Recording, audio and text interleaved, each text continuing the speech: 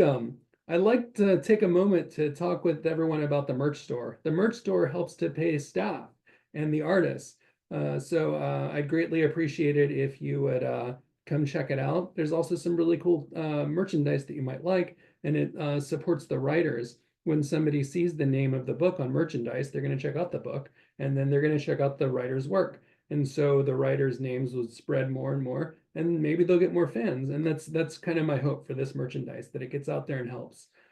So anyway, without further ado, I'd like to take a look real quick before we get started with today's special guest. So as you can see, I got a Redbubble page, and on that Redbubble page, there's going to be a link in the description. You can see different variations of Book of 42 Squared. So that's the impact title part. The full title of the book is, of course, 42 Stories Anthology Presents, Book of 42 Squared.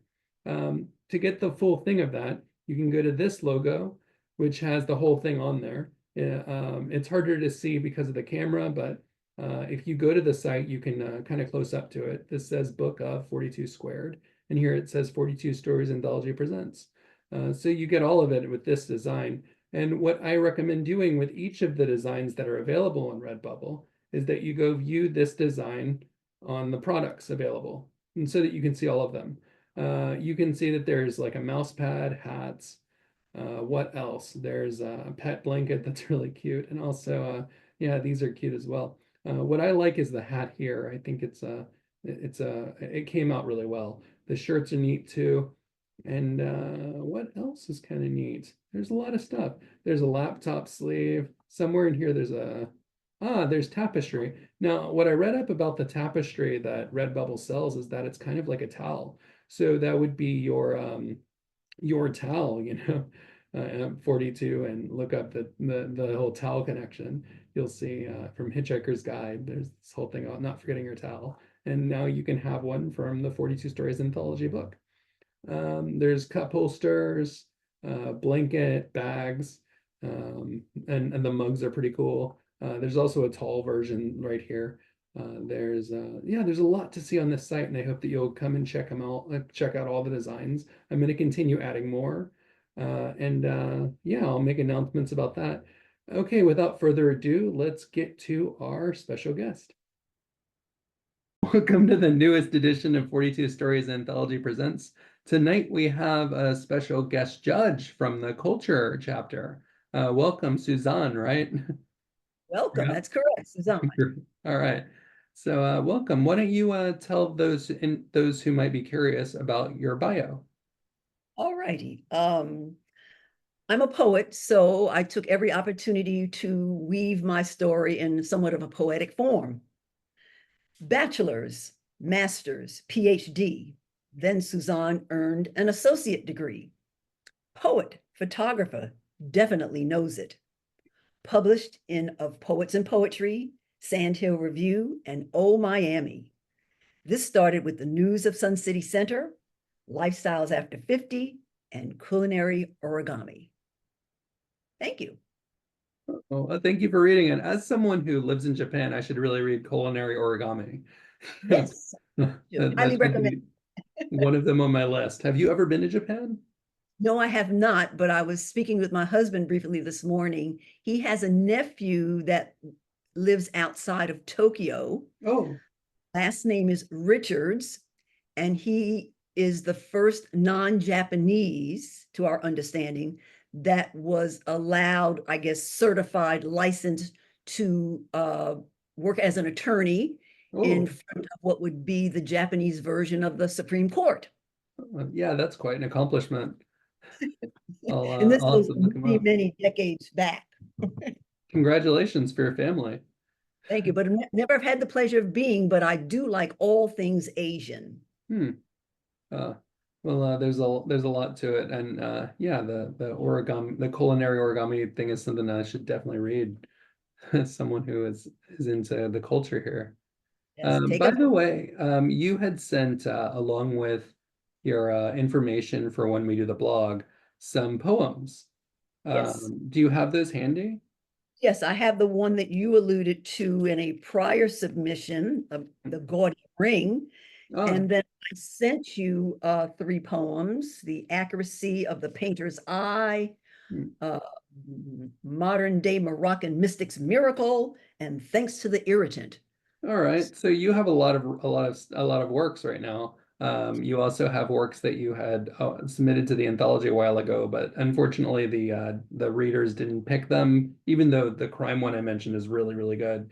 And you have some poems. Why don't you pick one and read it to people so they could know your work All righty. if they don't already? I will share with you the one that you enjoyed, which I appreciate. And certainly going into, poetries and submissions, um, rejection has become declination, has become a little bit of a sticky that I put here on my wall in front of my computer where I definitely typically do my work. This is where I meet my muse. Oh, okay. It's not this space at this time, but there is a poem in this place. Hmm. So that's one of the ways that I handle rejection, but it's really a declination. It's a space issue. I'm learning not to take it personally. So let me share that Oh, one. thank you. Yeah. And about that, before you share, yeah, sometimes it just comes down to we only have 42 stories here. We have to pick 42. And I think with yours, that's just what happened. This story actually is really good. So yeah, I'm looking forward to hearing it. All righty. So this is Cove It, What It Is Not Gone. The Reason Why the Wedding Was Called Off by SSAH. That would be me, Suzanne S. Austin Hill. Her finger, the one on the hand with the gaudy ring, moved slowly down the paper. The countenance of his betrothed fell flat. His name was on the list. That explained why there had only been a gold tooth to identify him. Thank you. Thank you. The subtlety of that story is really what gripped me. That you have this way of writing, and I've seen that in some of your work that I've read, where you subtly get the reader to understand what's going on, and you don't just put it all in the face. You have steps, and you do what a lot of writers do is they have a silver platter effect where they tell everything at once, and that's the worst kind of storytelling. You do the opposite, and that's why I like your writing. So. Thank So you so much. that's what I appreciate about that story. Yeah. Um, but yeah. Where are you located? I live in Ruskin, Florida, which is a very crowded suburb of Tampa, Florida. Okay. So it is far from what was it? Yeah, Panama City Beach. It's far from there, Yes, where I'd visited usually. that would be a healthy ride for me. Yes, Mm, in incredible traffic. mm. Whatever the GPS says as far as length of time from destination A to B, minimally double it, and you might get there on time. America should really invest in the train system like in Japan. It's amazing here. Well, a political issue here. Some years ago, we were slated to get funding just for that. Oh, Governor at that time, a prior governor, said, "Nah, we're not interested." So, and it would be a real a paradigm shift for this area to depend upon and utilize wisely as needed mass transportation, hmm. because we're accustomed to jumping in our car and going from A to B. At this Yeah. point, how long it takes us to get there. Hmm. Yeah, there's a lot of politics in it, like you mentioned. Uh, I'm really liking this view wherever you are. Is this your writing space? Yeah, this is my writing space. This is my home in Ruskin, Florida. It's a home that my husband and I did not build. Hmm. We did build a home in the community with 2 stories. And my son-in-law said, "I don't know why you people are moving into a 2-story house, because everything you talk about is going to happen on 1 floor." Hmm. So we promptly went back to the sales office, and this was an inventory home that someone else built. So I always, when someone like yourself asks me about the house, I'm always remembering them fondly, because they built a house for me. Because when I walked into this house, there was just an overwhelming feeling of comfort that I never ever had walking into the house that we actually built.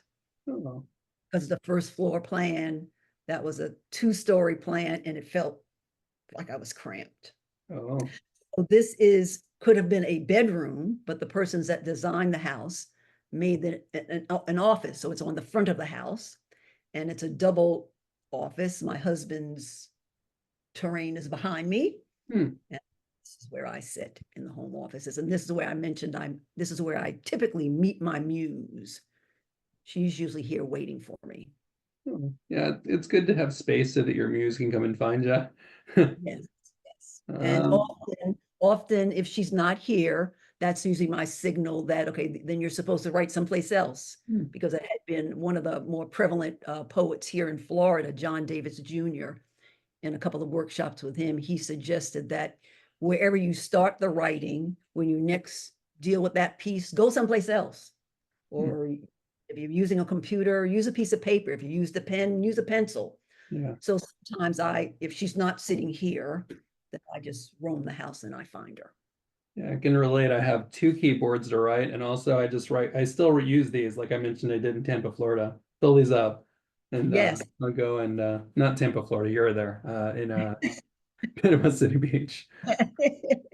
Forgetting where I was. That was 20 years ago. Where are we? Where are we? Yeah, I mean, 20 years ago is a while. So, where's your happy place? My happy place is Gatlinburg, Tennessee. Oh, uh, Having lived in the state of Florida, very flat, most of it below sea level. That's why we don't have basements. A mountain for us is affectionately called Mount Trashmore. That would be a garbage dump. oh, Here they allow the flora and the fauna to grow up on it. So on occasion, if the wind is bad, you can smell that it's a garbage dump. oh. But it's very aesthetic looking to the naked eye, as it creates this mountain looking structure. Hmm. But therefore, I would have an affinity for any place that has but one mountain. But of late, it has certainly been Gatlinburg, Tennessee, the home of the Great Smoky Mountains. Love it. I'll have to Absolutely. check it out. Oh, Uh, nothing beats, we have a timeshare property there, and nothing beats sitting out on the patio with the panoramic view with your cup of coffee and it's steaming, a little steam. hmm. With me, I'm actually having a little bit of coffee with my creamer, and not the reverse, but just that panoramic view is just so very pleasant and so very pleasing and encourages and supports writing. Coffee with your creamer. I was trying to not laugh up my nose. That would be me. May I have a coffee with my creamer, please? Hmm. Okay. Do you have a sweet tooth? I was allergic to chocolate growing up. Oh, So well into adulthood, I say that I'm making up for lost time. hmm. Do love regular chocolate M&Ms, and I do like an almond joy. Those are Okay. my favorite candies, and so chocolate, yes. Sometimes a sugar rush can become a muse. Yes, and of course, a recent visit to the doctors ended up with, oh, Miss Hill, your cholesterol is a little high. Hmm, And I immediately said, one of the culprits might be the chocolate M&Ms. hmm. Three little bowls back to back might every night might be a little bit too much. Well, you don't drink cola, do you? No, I'm not much on sodas. Okay. I'm much bigger on water now, although water obviously tasteless. Yeah. It doesn't do anything for me for the taste buds other than what it's supposed to do for the body. Hmm. So I drink a lot of water. Not much on sodas. I like lemon and limeade, though. Those are my favorites. Oh, yeah, those would be great. I mean, those are great during the summer. Let's talk about books. Who are some authors or what are some of the books that you enjoy? My most recent reads, I'm a volunteer sign language interpreter. Really? I am the coordinator of the deaf ministry at my church, First Baptist Church, Brandon, Florida, because there's a Brandon, Texas as well, and they have a church too. Oh, Um, but with the affinity of working with the deaf, one of my favorites recently has been Deaf Utopia by I'm just gonna pull it. Niall DeMarco. Hmm. Niall DeMarco is a cutie patootie, third or fourth generation deaf individual. He was the winner of America's Next Great Model. He was the winner of Dancing with the Stars, and he just has a wonderful, wonderful story about the glory and the honor of being deaf. Hmm. My next favorite, I'm a graduate of the High School of Performing Arts. I was a ballet major, studied ballet from ages 2 to 17, had a personal epiphany in 10th grade. That's not your call. Your call is to be a math professor, so like a switch on, switch off. Okay, I'm a professor, but still have the love for the performing arts, period, end of story, particularly ballet.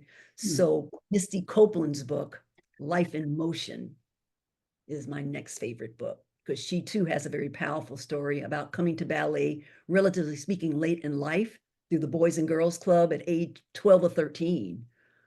But she was just gifted with a non-traditional body to be a ballerina. And she was the first woman of color to be a principal dancer at American Ballet Theater.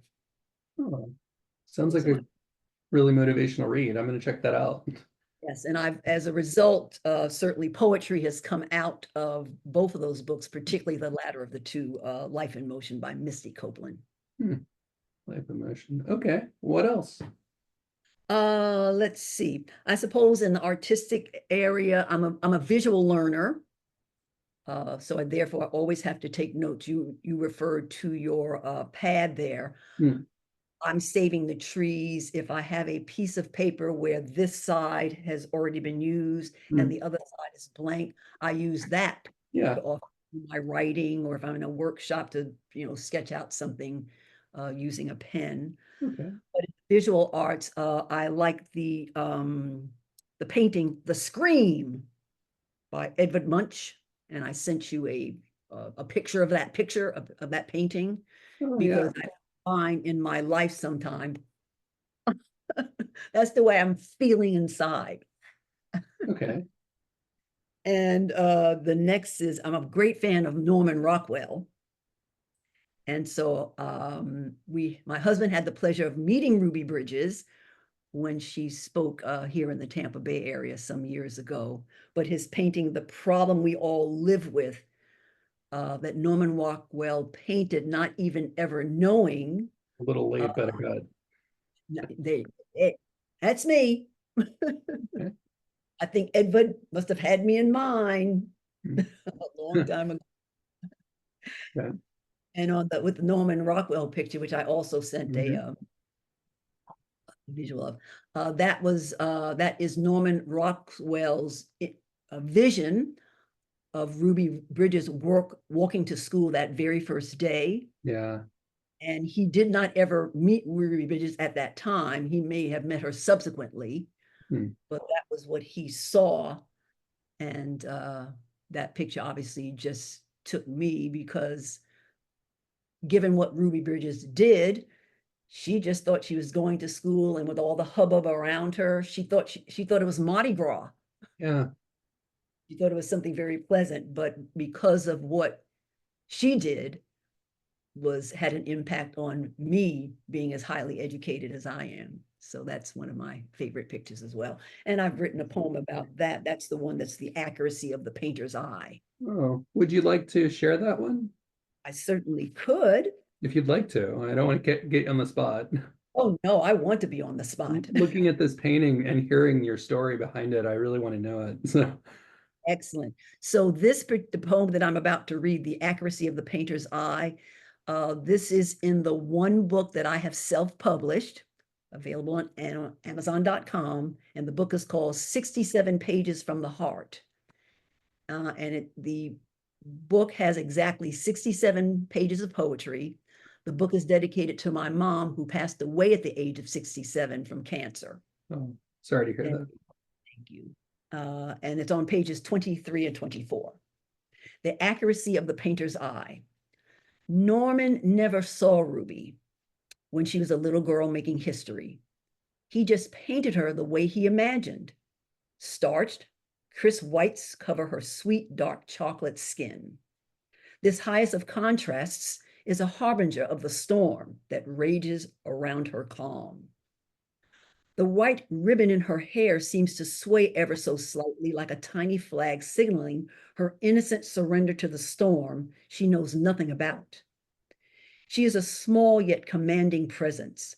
Her profile reveals a Mona Lisa-like smile.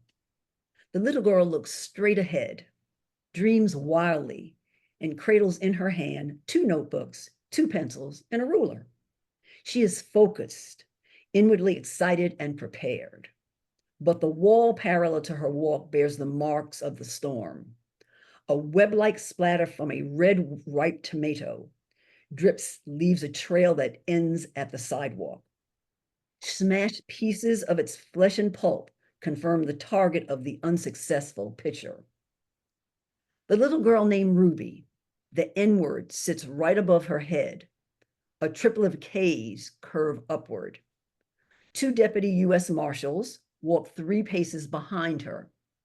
Another 2 walk 1 pace ahead. The lead marshal has the integration order tucked in his pocket. They are faceless. It is clear who the hero is not. Norman never saw Ruby when she was a little girl making history. He just painted her the way she was, a kindergartner, thinking the commotion ahead was Mardi Gras. Thank you. Yeah, I think looking at it sometimes through the perspective of a child can really enlighten people. The kid isn't thinking about the politics; they're just thinking about kid stuff, and a lot of people don't realize that. And you really touch on that in your poem. And thank you for sharing that. Thank you for allowing me to share. I appreciate that. Yeah. So you sent a few photos. I can open these up. Oh, because I'm a So photographer also. oh, you took the pictures. I took the pictures, yes. Okay. So Yeah, this is about your muse. this is about my muse. In the state of Washington, there's an organization called Cascadia. And every year they run the Cascadia Postcard Poetry Fest. And so between July the 4th and August the 31st, if you choose to join, and there's a reasonable payment to join, you're asked to write a poem that goes on a postcard. You're giving a list of 31 names. You are one of the names. Wherever your name is, you start with the name below yours and work your way back around. And every day during that period, you are charged with writing 30 poems, 1 a day, but it has to go on a postcard. And so that was a recreation of a somewhat of a lost time and place in my life that I had to print legibly. Hmm. Now, of course, you have the option of, creating it on the computer and, cutting and pasting. But I wanted to recreate that feeling of, as a child, when you traveled someplace, you always bought postcards. And while you were there, you always mailed Hmm. a postcard to at least one of your family members. But I had forgotten how difficult it is to print legibly. Yeah, if you don't use something, you'll lose it. That's just life. So this is a poem that I wrote during that process, and it refers to my muse. Hmm. Release the Kraken, free the muse. Oh, that was Muse 2. Here's Muse 1. So that's the postcard itself. Okay. So you just use, random postcards. And I was taken by the activity because over the course of years, I had a small box full of postcards and wasn't using them. So I thought, gee, at my demise, what are my daughters going to do? They're just going to throw these postcards away. Hmm. So I'm going to use them because this particular entity wants you to write postcards. So it was my first time participating in it. I loved every minute of it. Obviously, you're sending postcards, you're getting postcards in return. Hmm. I had written one about a squirrel. I said, if God hadn't made me a human being, he would have made me a squirrel. Because I'm always, saving for the winter. That's sign language for keeping. Saving for the winter, just in case. Yeah, this. And that's a sign for keeping something. Okay. Saving something. So I'm always saving for the winter. Oh, don't throw that away. I might need that. Somebody might need that just in case. Hmm. So one poet wrote back to me one of the cards I received, and she referred to squirreling. She made it a verb, squirreling. And so I was taken by the fact that I had just written this little poem about being a squirrel. So I did not send her that particular poem, but I sent her that one and another one, letting her know, wow, we're on the same page about this squirrel thing. Okay. So sometime the muse, connects you to someone you don't even know that lives in another place altogether. It sounds almost like a chain letter, but different. Mm. Kind of a Yeah, take on a chain letter. exactly. An encouraged, supportive chain, like nothing bad will happen to you. Yeah. You don't send the postcard, but that's what you've committed to do. Hmm. So I knew how Now my I want to send you a postcard. exactly. And then you're waiting like, well, where are my postcards? Hmm. But see, it started July the 4th. Mhm. Some people waited until August 1st because they wanted to do a full month of August. So there was a delay in you receiving the cards, and they warned you about that because it was very similar to back in the day getting your college acceptance in the mailbox. Okay. You run to the mailbox thinking, oh, today I'm going to get a postcard. Not. Hmm. So I got most of mine during the month of August. Hmm. Yeah, But it was a labor of love, and it moved those postcards I just had sitting in a box. that's awesome. I really think I'm going to send you a postcard. You don't have to reply to it though. Oh, It's kind of far. I just might have to. All right. That's a picture Oh, of that's the happy place. that's my happy place. So that's taken from a balcony Okay. in one of the units in the Westgate timeshare property in Gatlinburg, Tennessee. So that's a picture that I took, and I'm very wise with my spending. This came from probably Shutterfly or Canvas people when they have a free promotion.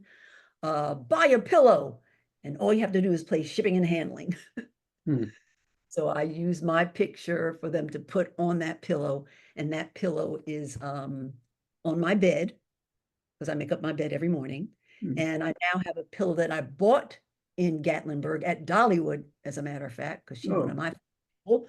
And it says, I love you to Tennessee and back. Hmm. Yeah, that's great. Yeah, I'll always be a fan of Dolly because we have the same birthday. So Yeah.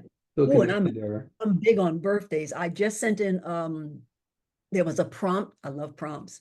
Yeah. That's tell the happiest story in 4 words. Oh, that's So not another easy. organization called Torch Literary Arts, they're celebrating, I believe it's their 18th birthday, and they were taking videos. Hmm. I never realized how short a video has to be 10 megabytes. Yeah. So I had to keep recording and record. But my poem is birthdays. Hmm. Theirs, mine, yours. Hmm. Because I love birthdays. When's your birthday? Dolly Parton. Um, Dolly Parton's.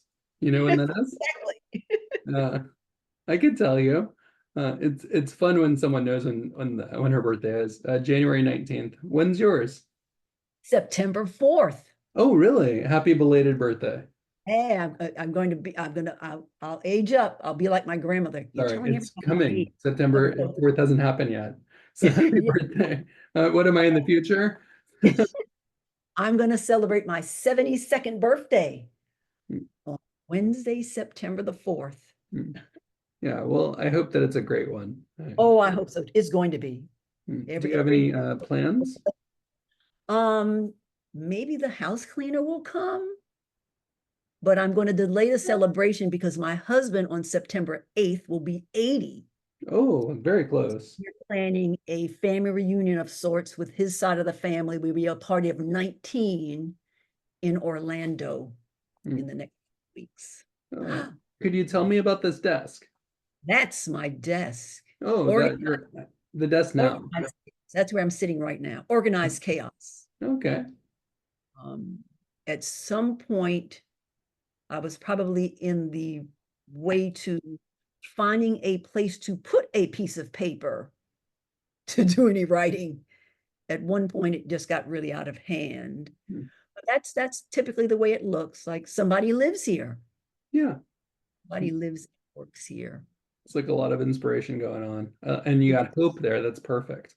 Yes, I've got Hope there. That was during in April. So I have the National Poetry Month up there. The two pictures on the right and left that are red, they came from the magazine Real Simple. Oh, And so on the one on the left, your mind is cluttered, but the one on the right, you're seeing things crystal clear. So yes, a lot of motivational things surrounding me. okay. What else should I look under this goodie bag of photos? So you have, That's the cover of my book. okay. So uh, I can inklet right. Here we go. Yeah, that's Okay. another labor of love. I finished it. Again, it's self-published through Kindle Direct Publishing, Amazon. Hmm. And I finished it the last day of December of 1999. Oh, I had to finish it that year because that was the year I turned 67. And so it was a celebration that even in my mother's demise, she taught me what I had to do to live past 67. hmm. Got to take care of yourself. Got to take care of Yeah. yourself. Go to No the doctor. cola, no chocolate. You got to get those colonoscopies. Not your favorite thing to do, but they've gotten better. At Hmm. least it's gotten a whole lot better. So that's why it's a testimony and tribute to her because I knew what not to do Hmm. so that I could make it past 67. That makes a lot of sense to learn from your parents. And I like how you put that. Gonna definitely read that now. It sounds like a great Another way to.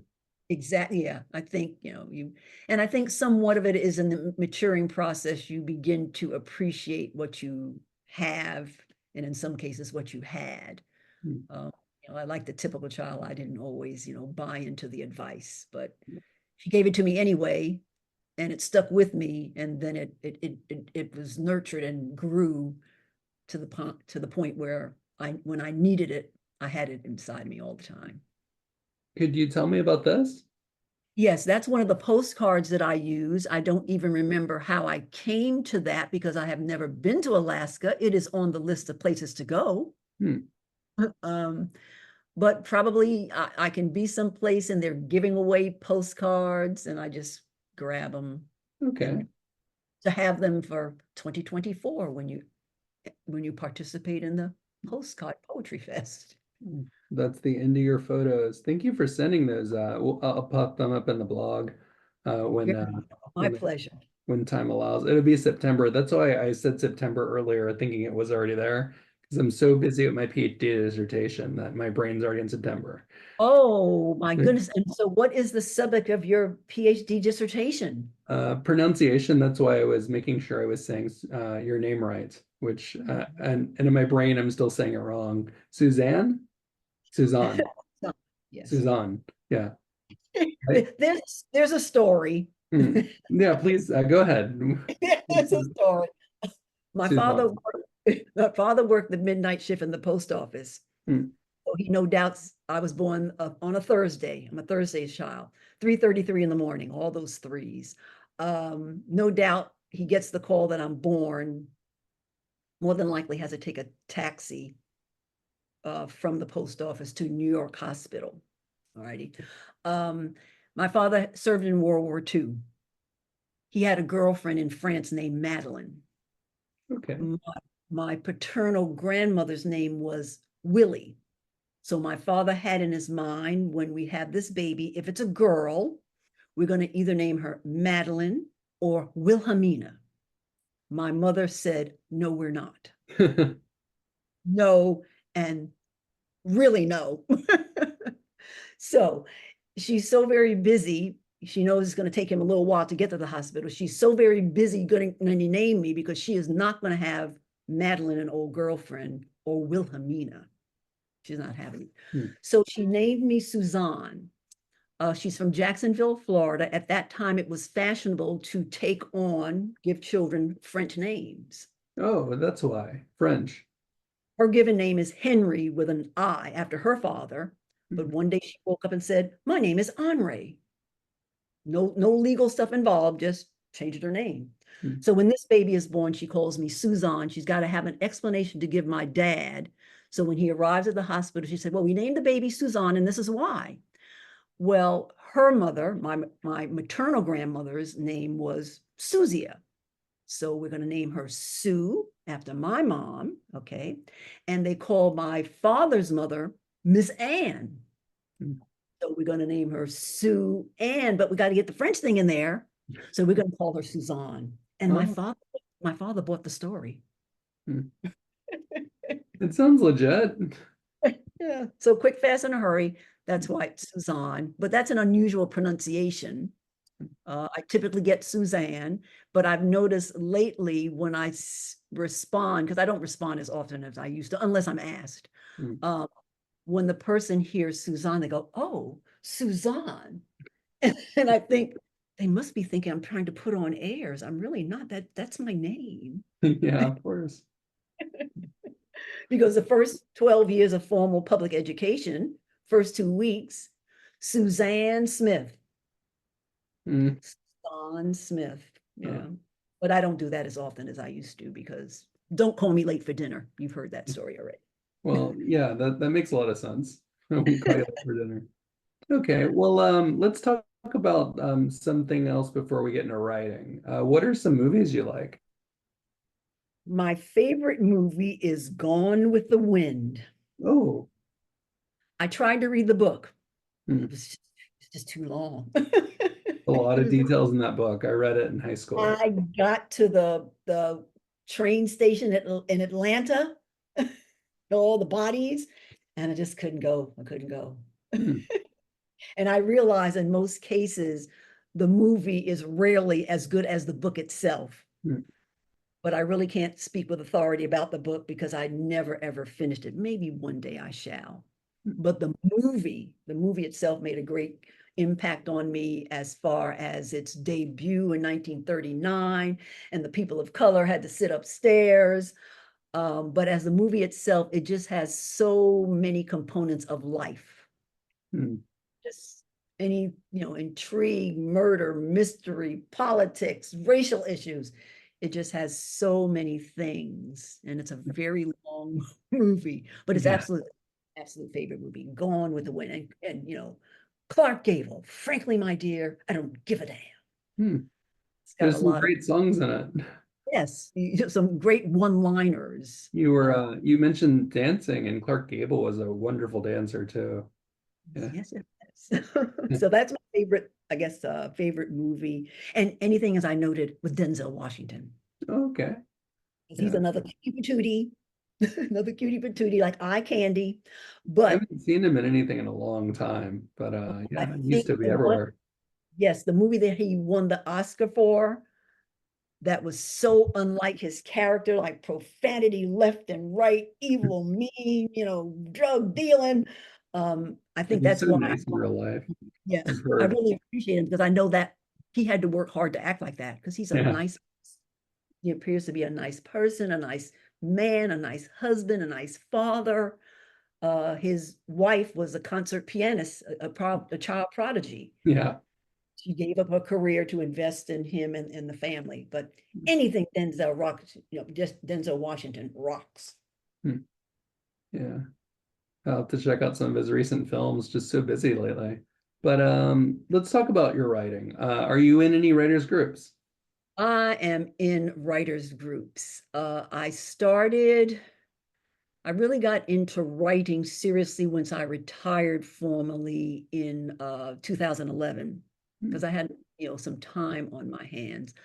I can look back and I was able to find, don't have them readily available, things that I had written maybe when I was in college that I reread and said, well, that sounds pretty good. We have a wonderful library system here in the Tampa Bay area. My local library is the South Shore Regional Library, so a shout out for them.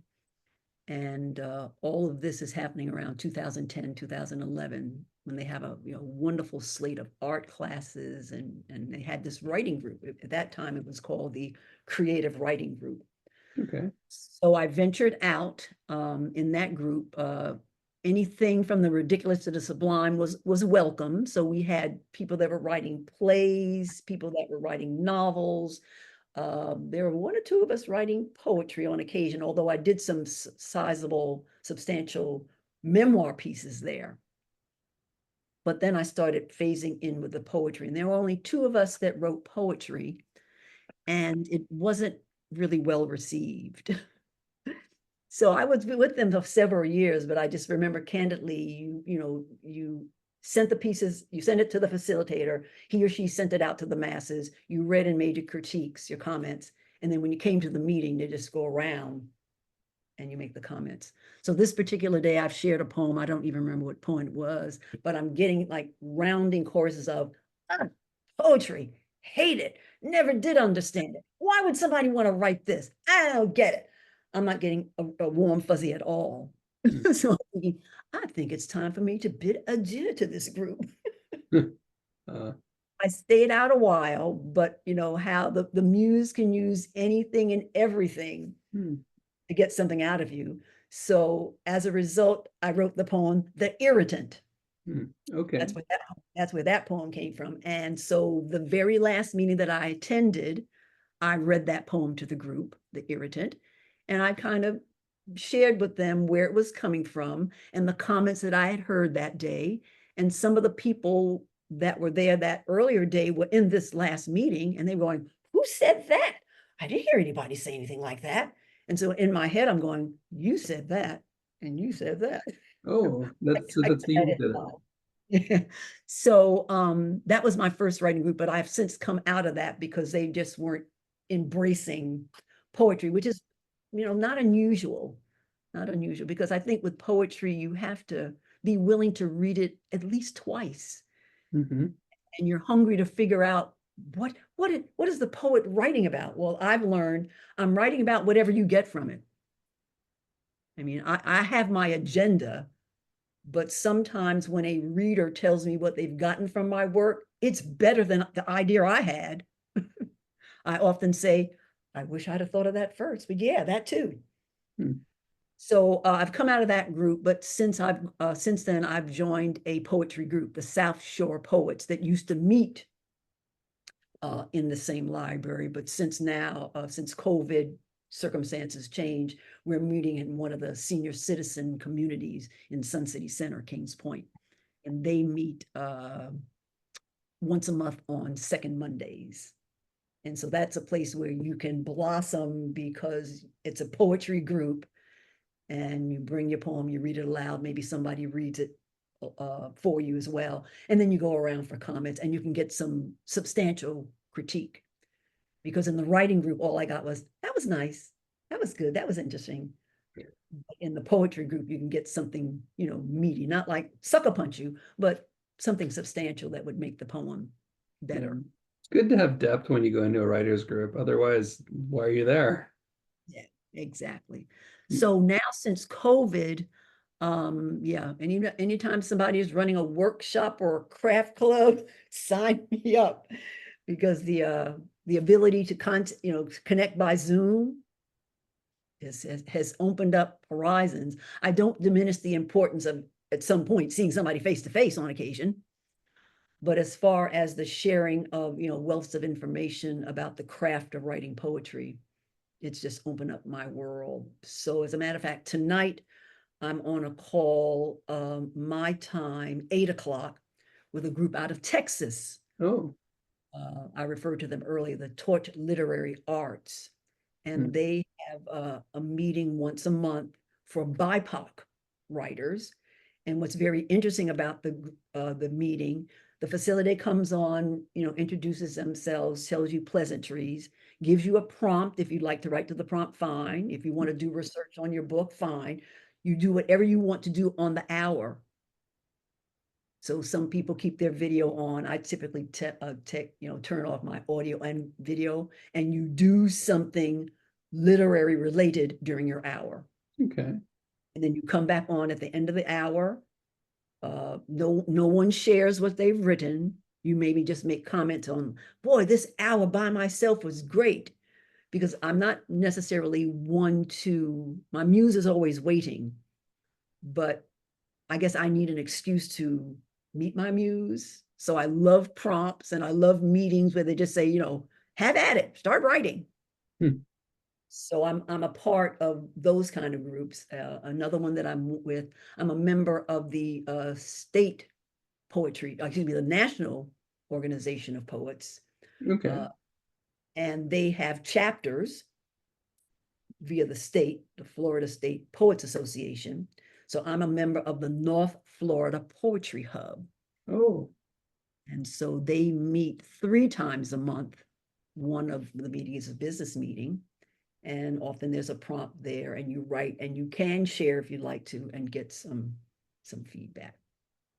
So yes, I'm driven by forms and I'm driven by the meetings. I'm not necessarily just likely to sit down and just write because.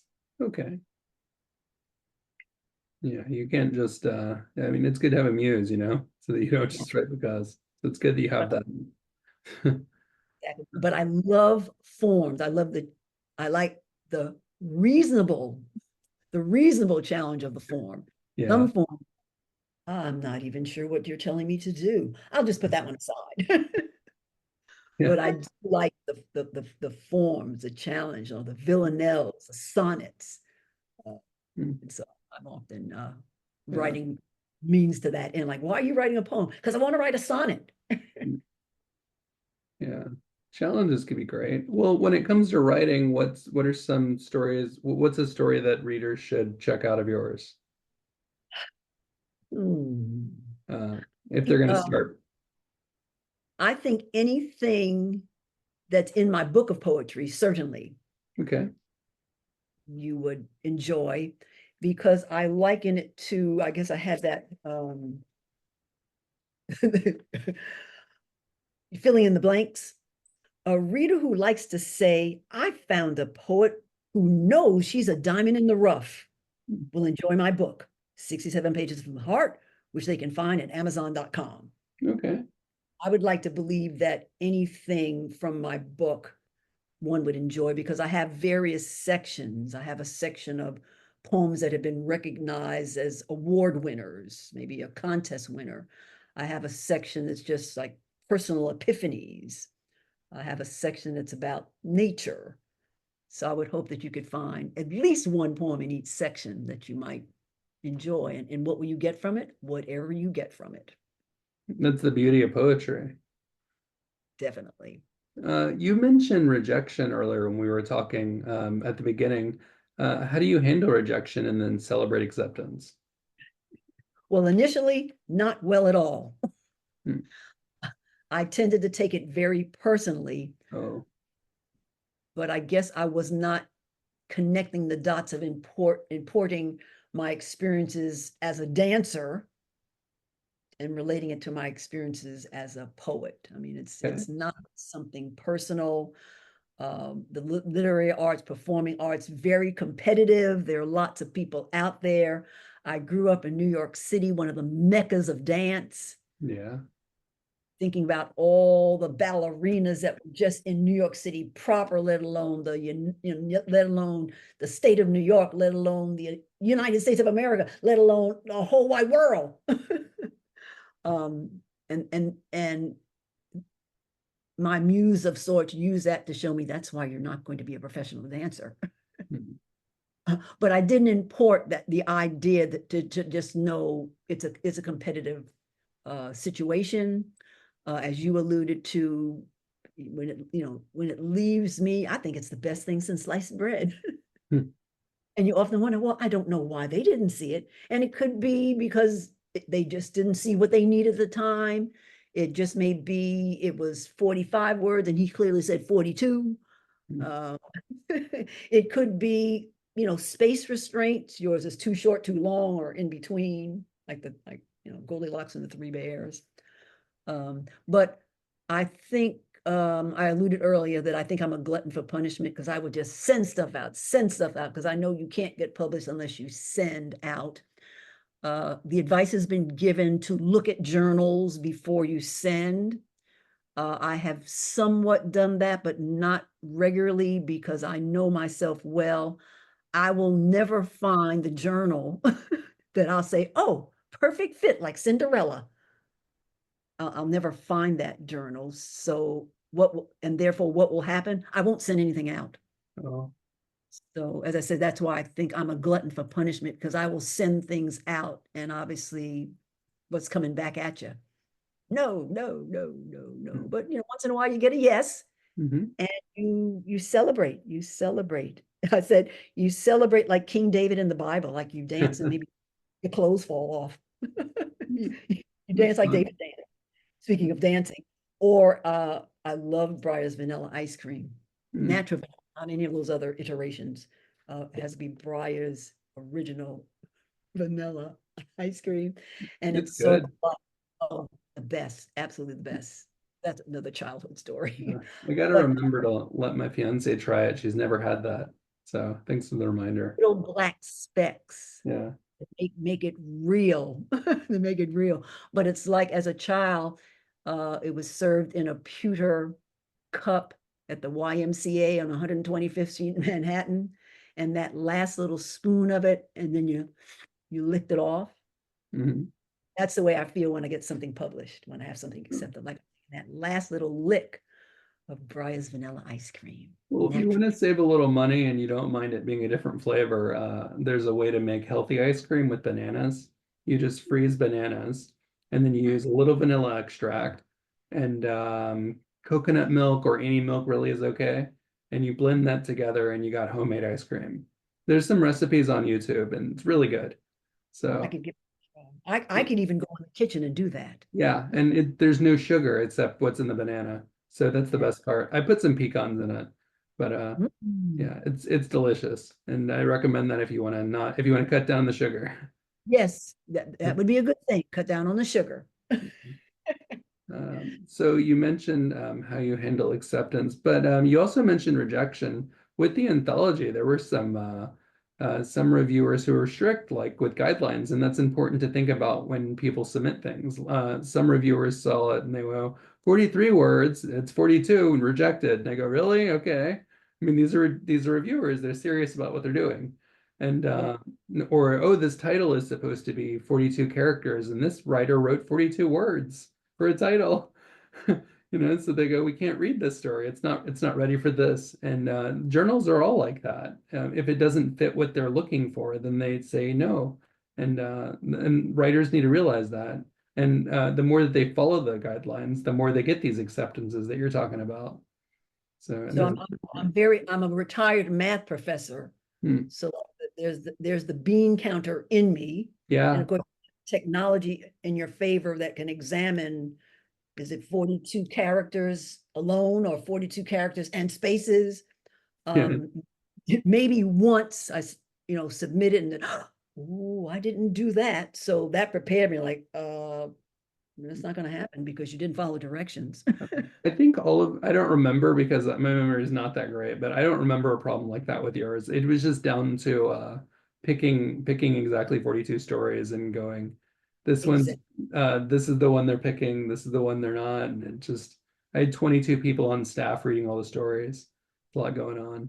You But can include me anytime you have some projects because it's such a value, as I said earlier, to see.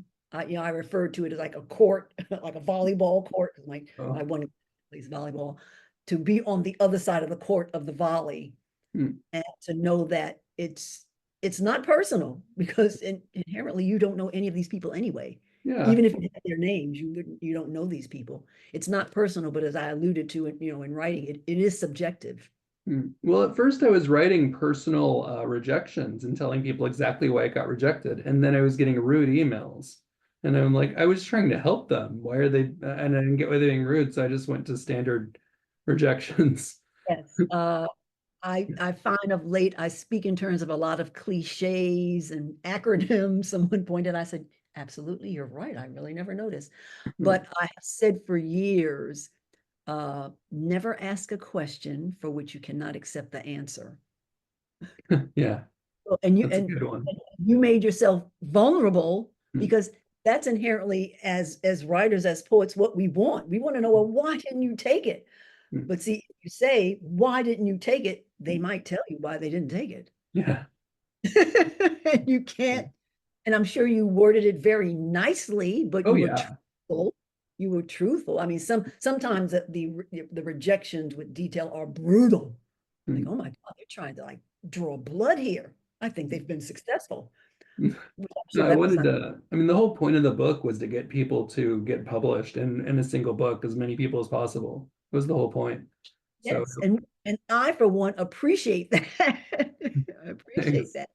I mean, it didn't come with any guarantee, but you thought, well, I'll give it a shot because you can't win if you don't play. And of course, I was very much taken by 42. Oh my gosh, it's gonna be 4. Oh my gosh. Nope. How many? Oh, that's too many. Well, you still have 42 words of advice in the anthology, and it's really good, the advice that you give, and it's that alone is worth people buying the book. So I hope so. If it helps, but by an iota, I'm grateful. thanks. Truly, really. How do you organize writing in your life? Okay. My job is as I mentioned, the coordinator of the deaf ministry. Yeah. All right. And so that schedule usually kicks in on Tuesday morning. I go with my husband to a meeting. I have a t-shirt that says, I'll be here waiting in the lobby because I sit in the lobby. I bring my laptop. And usually on Tuesday morning, while he's in the meeting, I start listening to the songs that are going to be sang on Sunday morning. But that's just like a small part. That might take all of 20 minutes. Typically, Monday and Tuesdays are my day off from my job, Okay. interpreting. And so what do I do on my days off? That's when I do writing. So that's why one of the reasons why I selected today as a day to speak with you by Zoom. Because today is the day that I do anything and everything that my muse instructors, gives to me, brings to me, shows me relative to writing. So right now the organization is around days of the week. Okay, that makes a lot of sense. I do the same Traditional. thing. Is is there anything you want to tell the writers from the culture chapter? Yes, I made mention that I said, relative to all the culture chapter writers, keep on submitting. You Hmm. can't get if you don't submit. Don't take it personally. It's subjective. So that's what I said. I thank them. I thank you for the opportunity to play on the other side of the net in the game of publishing. It's a challenge to volley as a judge when virtually, pun intended, all the pieces are winners. But it was such a humbling experience. And just, keep in mind, it really isn't personal, but it is subjective. Yeah. Before asking you the final question, and that was really wonderfully said, what you said. But before the final question, there's been something that I was wondering, and it's not in the answers you had sent earlier. You've mentioned a lot with the deaf community, and often when someone learns sign language, it's because somebody in their family is deaf. And I was wondering about that. Why the motivation for the deaf community? Totally a spiritual experience. There was a family friend, Mr. Austin, who lived out on Long Island in Nassau County. Okay. It's not related to my ex-husband, Ray Austin. Okay. Okay. I can look back now and say, oh, Mr. Austin was deaf. Mr. Austin did not sign, never saw him sign, but he had the deaf voice. Because some deaf persons are oral. They've gone through speech therapy, which is rather rigorous, and they speak. And often it takes you, like with any other dialect or foreign language, it often takes you a little while to understand them. So that was Mr. Austin. But that's like connecting a dot from a long time ago in a faraway place.